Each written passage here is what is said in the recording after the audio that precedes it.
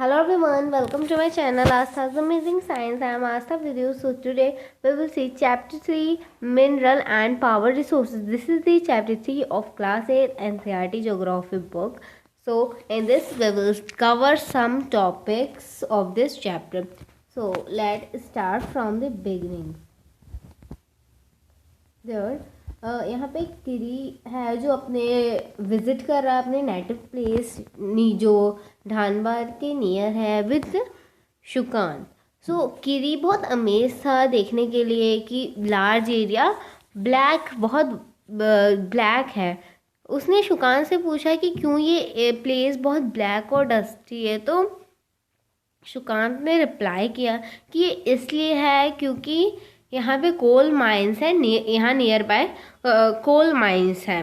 अब शुकान कह रहा है कि क्या तुम देख सकते हो ये इन ट्रक्स को ये कैरी कर रहे हैं मिनरल कोल को.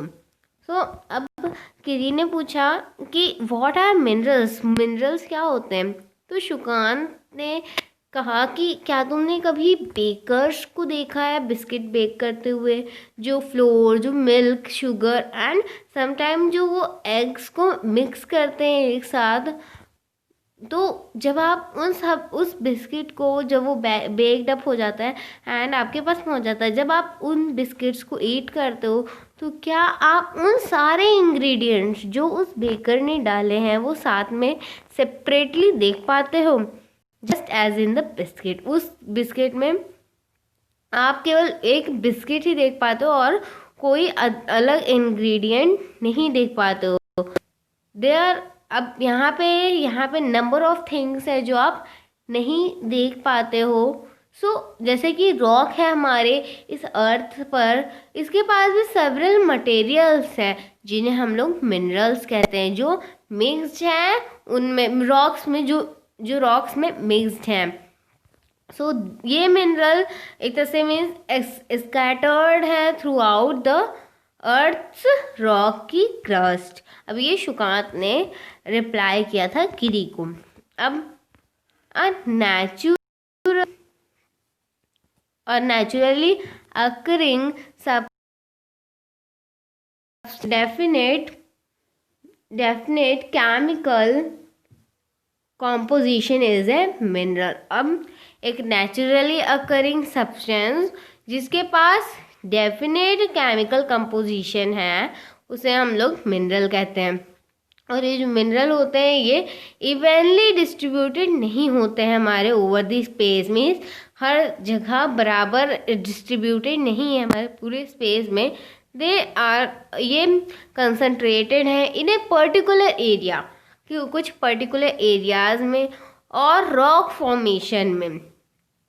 कुछ मिनरल्स ऐसे भी हैं और ऐसी जगह पाए जाते हैं जो हम इजीली एक्सेसिबल नहीं कर सकते, जैसे कि अंटार्कटिक ओशन के बेड पे एंड अंटार्कटिका में. Okay, so before seeing this paragraph firstly we have to see, do you no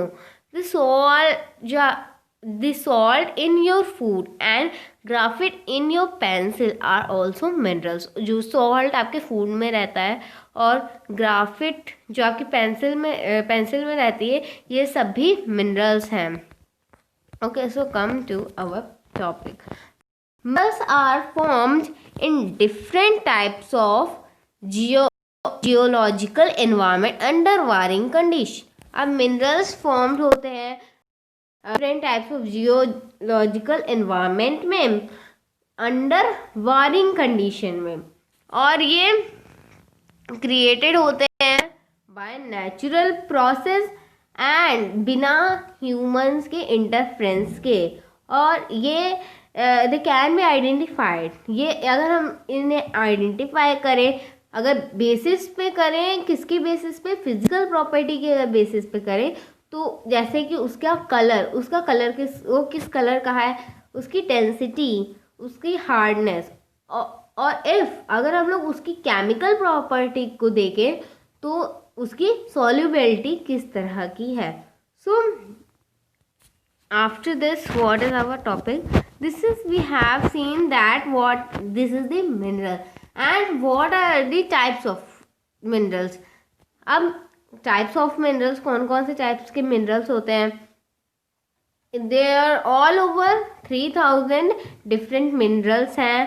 अगर basis पे करें अगर on the basis of composition पे कहें तो mineral only two में classified है, mainly as metallic में and non-metallic में, metallic mineral and non-metallic mineral. You can see in this chart classification of minerals.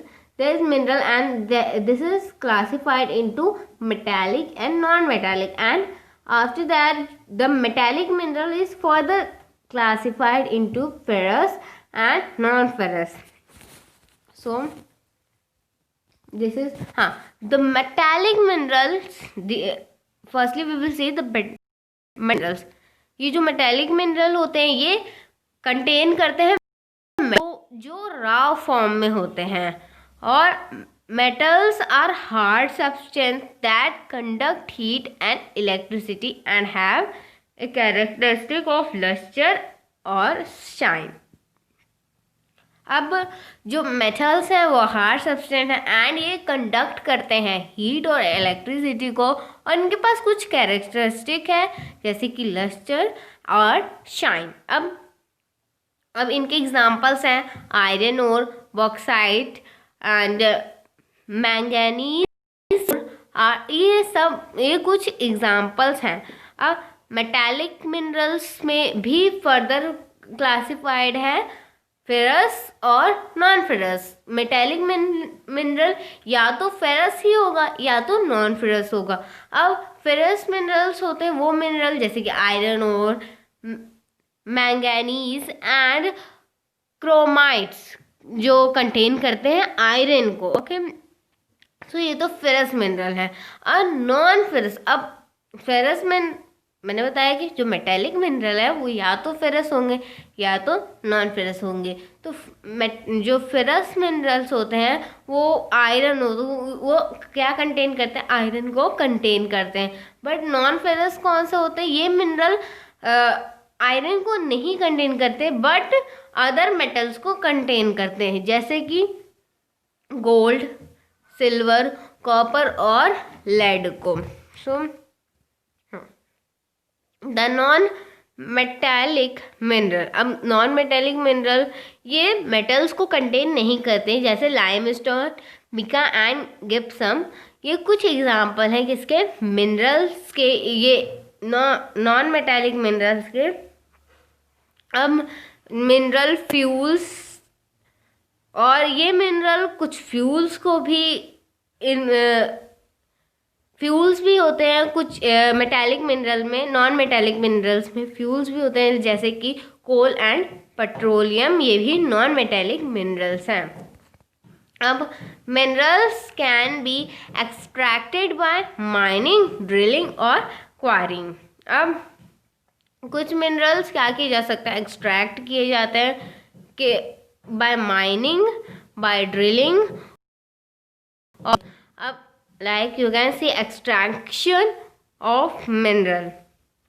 Extraction of mineral is mining, drilling, quarrying, and mining is further divided into and classified into open cast mining, shaft mining. अब ये वो process जिसमें जैसे rock, जो ब्यूराइड rock होते हैं under the earth surface, उन rocks के जो मिनरल्स को निकालते हैं by the process, that process is known as mining. और minerals जो लाई करते हैं at shallow depth पे जो लाई करते हैं और taken out किए जाते हैं only by removing the surface layer, that is known as open cast mining. अब deep bores called shafts, और जो deep bores होते हैं उन्हें हम लोग shafts कहते हैं, and have to be made to reach mineral deposits that lie at the great depth.